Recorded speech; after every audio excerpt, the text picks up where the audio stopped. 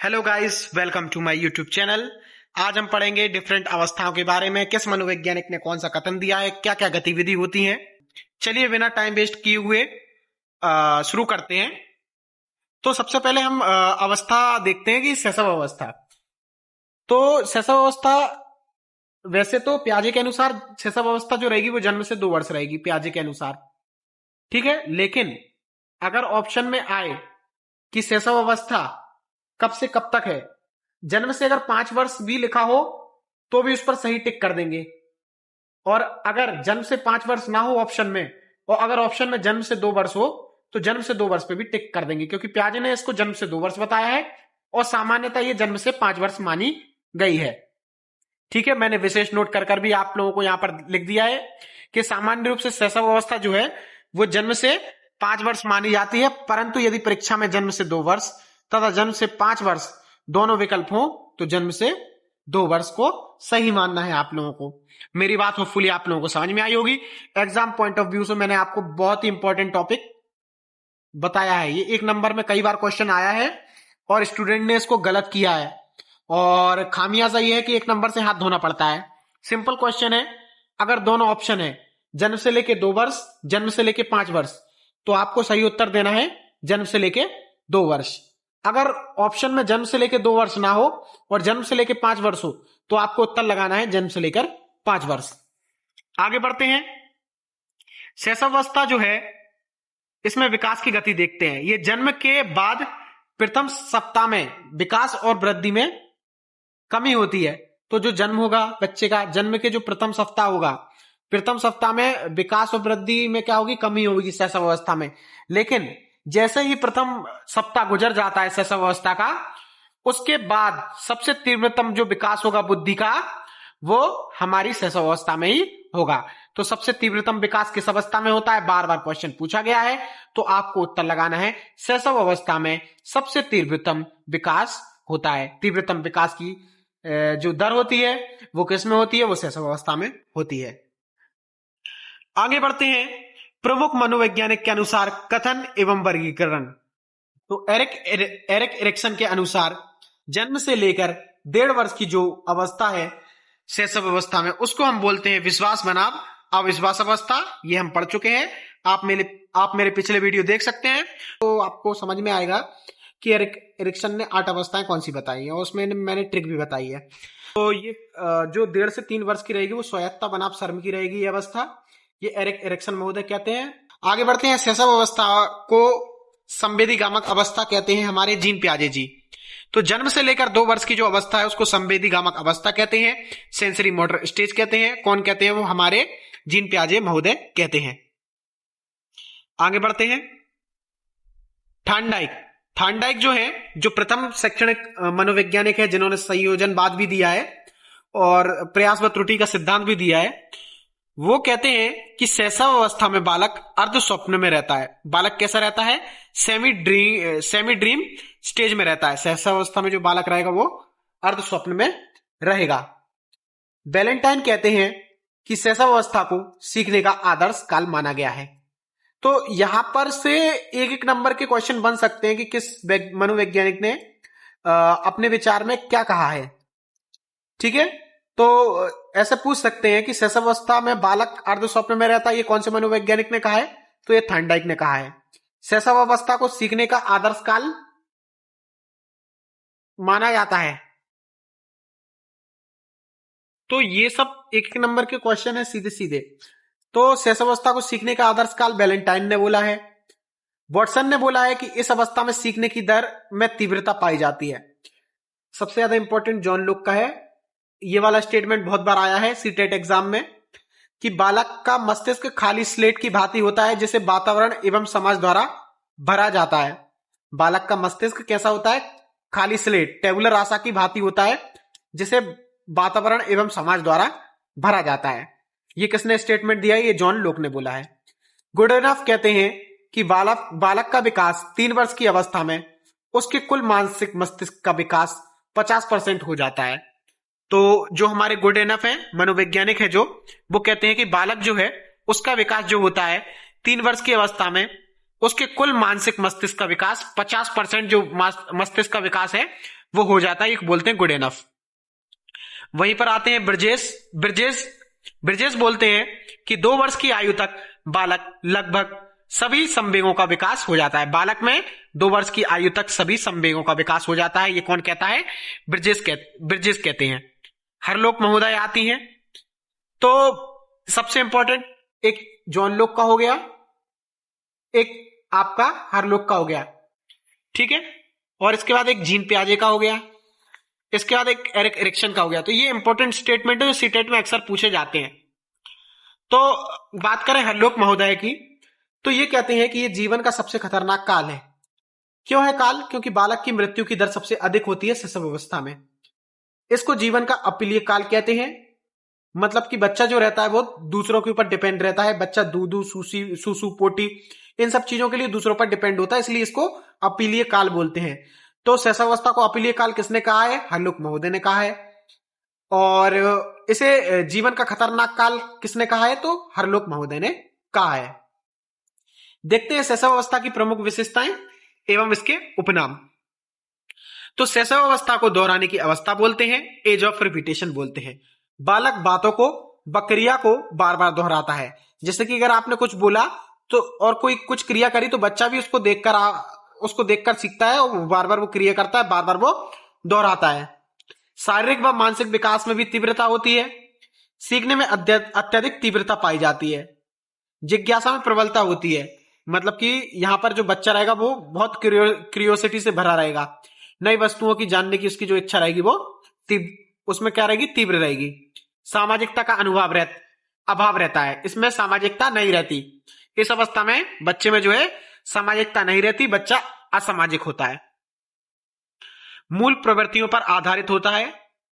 बालक का व्यवहार जन्मजात प्रवृत्ति पर आधारित होता है। जन्मजात जो मूल प्रवृत्ति है जैसे कि भूख, प्यास, रोना, इन सब आदि प्रवृत्तियों पर बालक जो है उसका व्यवहार आधारित होता है। जैसे भूख लगने पर रोना, प्यास लग रही है तो रो रहे हैं, तो ये सब चीजों पर आधारित होता है।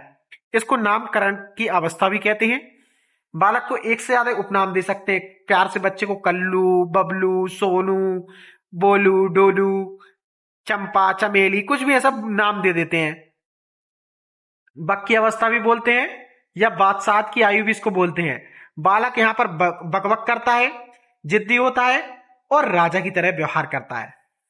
जीवन की आधारशिला है। मतलब कि ये जो शैशवावस्था है ये फाउंडेशनल एज है।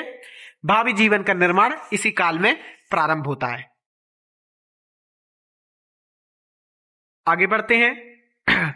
अब जो बाल्यावस्था है इसको 2 पार्ट में डिवाइड किया है, एक पूर्व एक उत्तर। जो पूर्व है वो 3 से 6 वर्ष है और जो उत्तर बाल्यावस्था है वो 6 से 12 वर्ष है। तो अगर एग्जाम में आपसे पूछा जाए कि बाल्यावस्था को कितने पार्ट में डिवाइड किया है तो उत्तर देंगे आप 2। तो इसमें क्या होता है, बच्चा औपचारिक शिक्षा के लिए जाना शुरू करता है। 6 वर्ष की आयु में बच्चा विद्यालय में प्रवेश ले लेगा। तो इसमें क्या होता है बच्चे में, तो 3 से 6 वर्ष में जो रहेगा बच्चा बालवाड़ी, आंगनबाड़ी, जो शालाएं जो विद्यालय रहते हैं उसके पूर्व विद्यालय में एडमिशन ले लेगा। इस उम्र में क्या होती है, बालक में अतार्किक चिंतन होती है। बालक बिना तर्क के सोचने की प्रवृत्ति होती है। बालक में क्या होता है, बिना तर्क के सोचने की प्रवृत्ति होती है। अतार्किक चिंतन होता है। चिंतन तो करता है लेकिन लॉजिक नहीं होता उसमें कुछ। बच्चे क्या करते हैं, अनुकरण करते हैं, इमिटेशन करते हैं। इस दौरान दूसरों की नकल करके सीखते हैं। बच्चे क्या करते हैं, नकल करके सीखते हैं। इस दौरान अनौपचारिक शिक्षा होती है। इसमें अनौपचारिक शिक्षा की शुरुआत होती है, मतलब बच्चा जो है वो मातृभाषा के आधार पर चीजें सीखता है।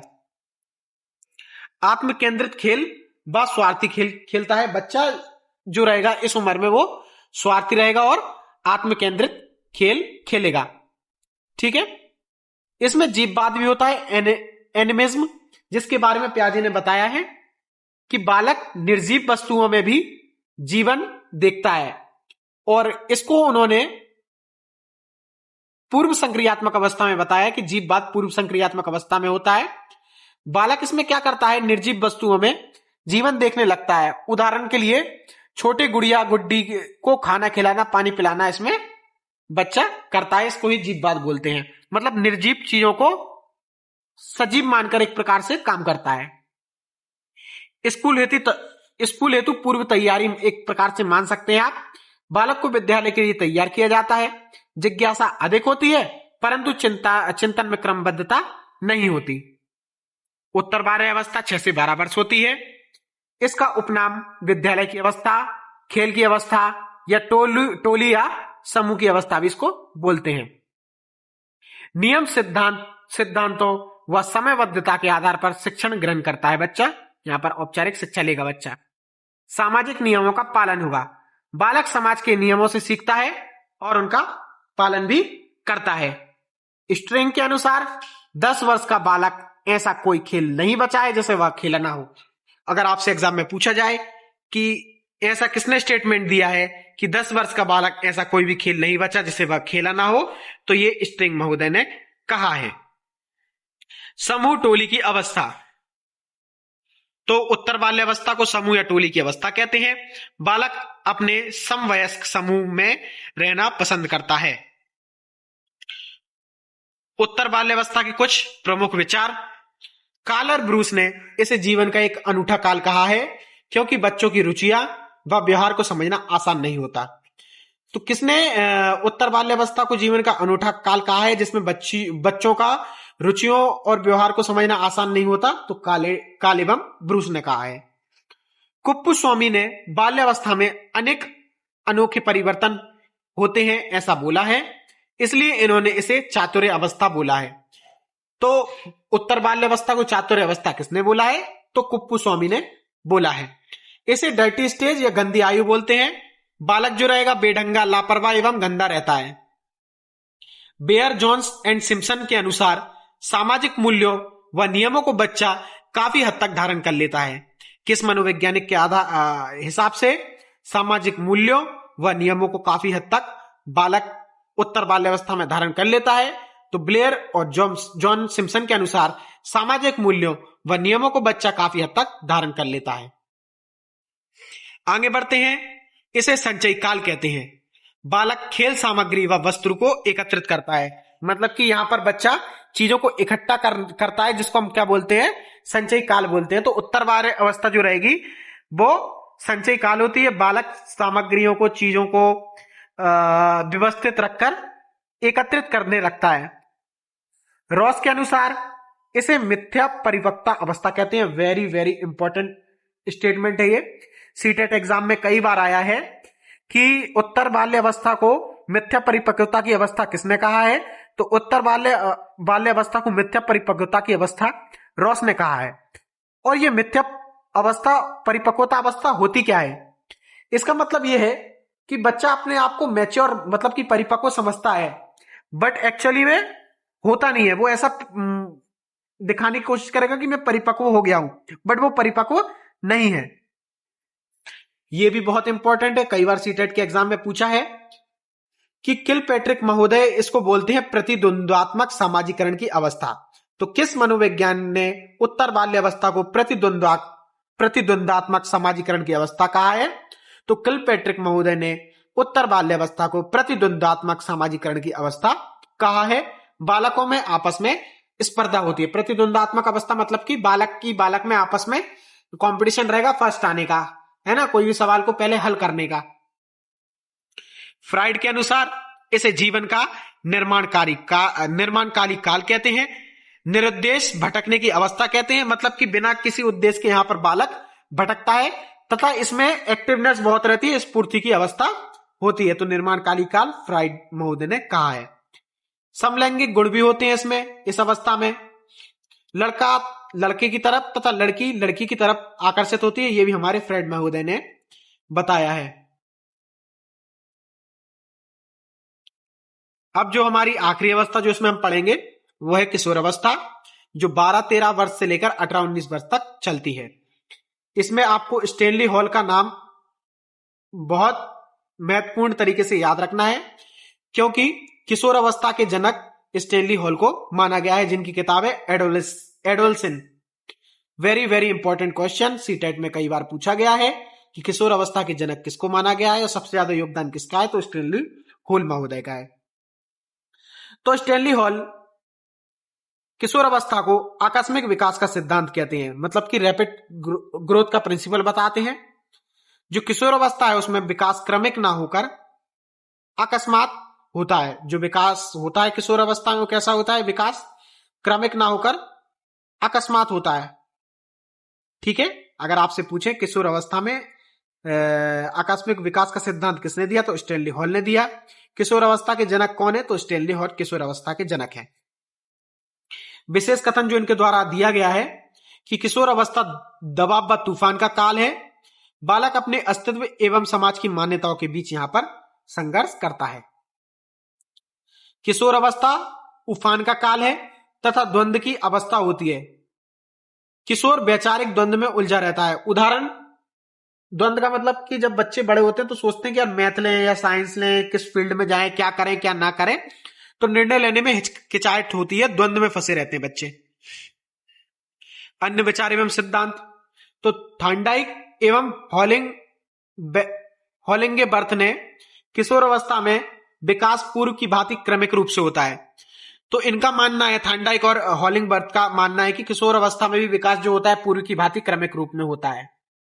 फ्राइड बोलते हैं यह जनेंद्रिय विकास की अवस्था है, जेनिशियल डेवलपमेंट स्टेज है।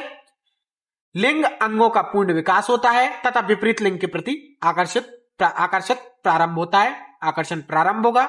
तो ये किसने कहा है, फ्राइड महोदय ने कहा है। इसे जीवन का बसंत काल कहते हैं। शारीरिक खूबसूरती बढ़ती है किशोर अवस्था में।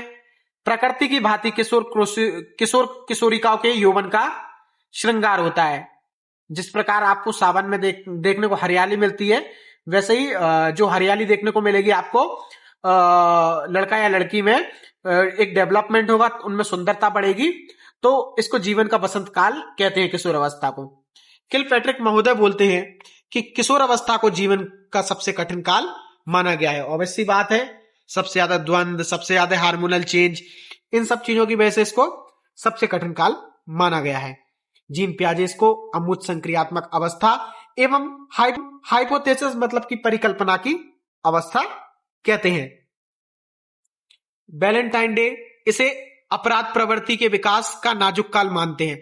इनका कहना है कि सबसे ज्यादा जो बच्चा अपराध करता है वो इसी अवस्था में करता है। देवा स्वप्न की अवस्था मतलब कि बच्चा दिन में ख्याली पुलाव पकाता है, मतलब कि सोच लिया कि हाँ मैं पायलट बन गया हूं, बैठे बैठे सोच रहा है कि ये कर रहा हूं, तो मतलब दिन में स्वप्न देखता है, देवा स्वप्न की अवस्था है। इसको पुबर्टी एज भी कहते हैं, वयसंधि काल अवस्था।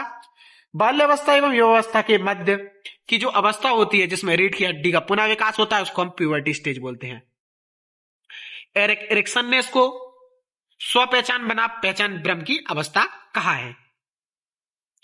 किशोर अवस्था के अन्य मुख्य विशेषताएं जो है, इसमें जो बच्चा रहेगा उसमें नेता बनने की गुण की भावना का विकास होगा, माता पिता से मतभेद रहेगा, देश व वीर पूजा की भावना रहेगी, अपने समवयस्क समूह का सक्रिय सदस्य रहेगा।